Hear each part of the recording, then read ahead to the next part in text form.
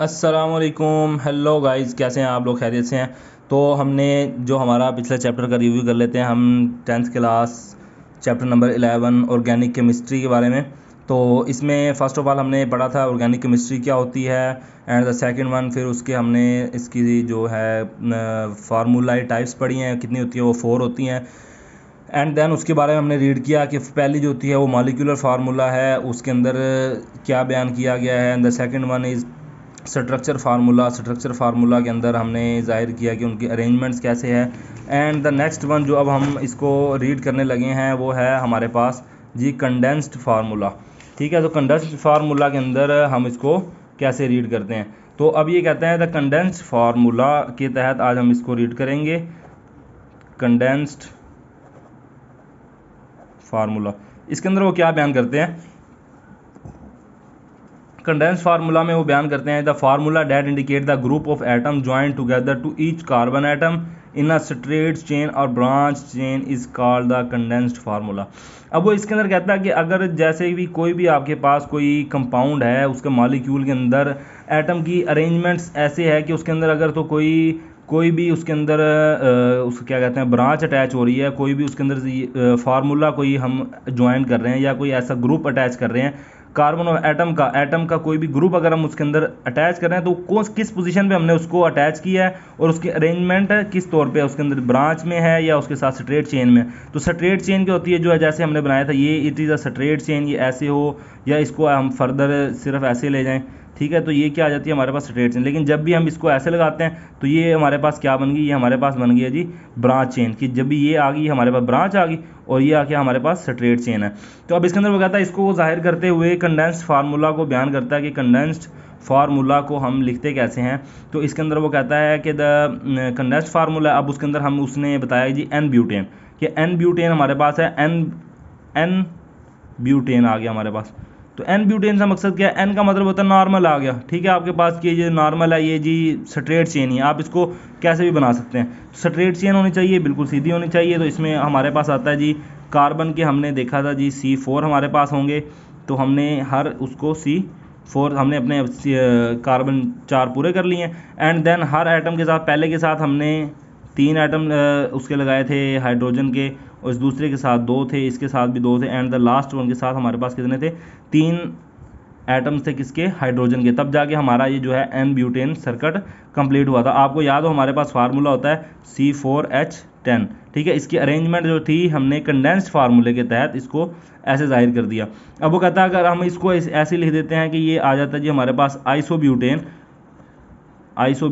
ठीक है, ये हमारे पास एन ब्यूटेन था एंड ये आ गया हमारे पास क्या आ जाती है आइसोब्यूटेन। आइसोब्यूटेन में क्या होता है, आइसोब्यूटेन में भी हमारे पास आ तो रहे, हमारे पास यही हैं कार्बन के एटम आ रहे हैं, लेकिन कार्बन के एटम्स की अरेंजमेंट जो है इसमें थोड़ी सी चेंज हो गई है, जिसको हम जैसे कि हमने बताया था कि ये ब्रांच में आ जाते हैं। ब्रांच में जो भी चीज़ है जिसको हम आइसोब्यूटेन, आइसोपेंटेन, हेक्सेन, जो भी हमारे पास फार्मूला एक ग्रुप ऑफ एटम है ना जी, ये तो ग्रुप ऑफ एटम को हमने इसके साथ अटैच किया।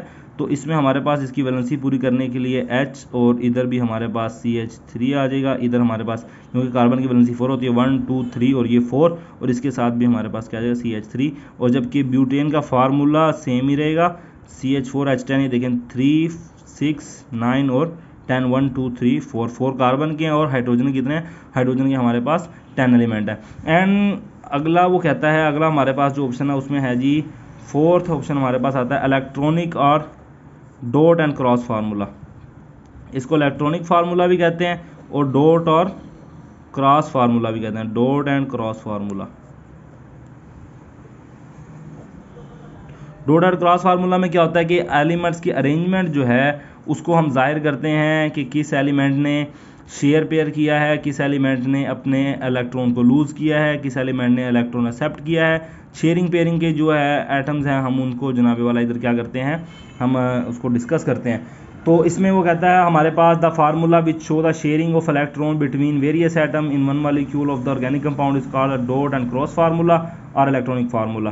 तो सेम थिंग है जो मैंने समझाई है कि sharing of electron between various atom इसके अंदर समझाई जा रही है आपको। तो इसी के अंदर भी हम डिस्कस कर लेते हैं जी C4H10 जो हमारे पास ब्यूटेन है, जिसकी एग्जांपल हम लेते आ रहे हैं। ब्यूटेन की एग्जांपल को हम इधर ज़रा क्लैरिफाई करेंगे कि हम इसको कैसे रिप्रेजेंट करते हैं।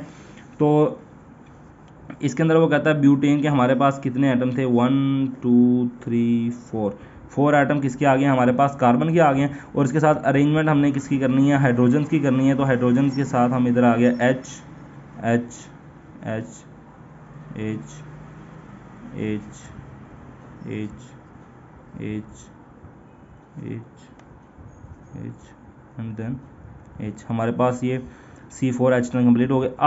अब वो कहता है इसके अंदर हम जब भी शेयरिंग हम इसको करेंगे, ये डॉट एंड क्रॉस फार्मूला, इससे हमें वाज़ेह हो जाता है कि किस एलिमेंट ने इलेक्ट्रॉन लूज़ किया और किस एलिमेंट ने उसको एक्सेप्ट कर रहा है। ठीक है, इधर हम इसकी सारी डिटेल हमारे पास आ जाएगी।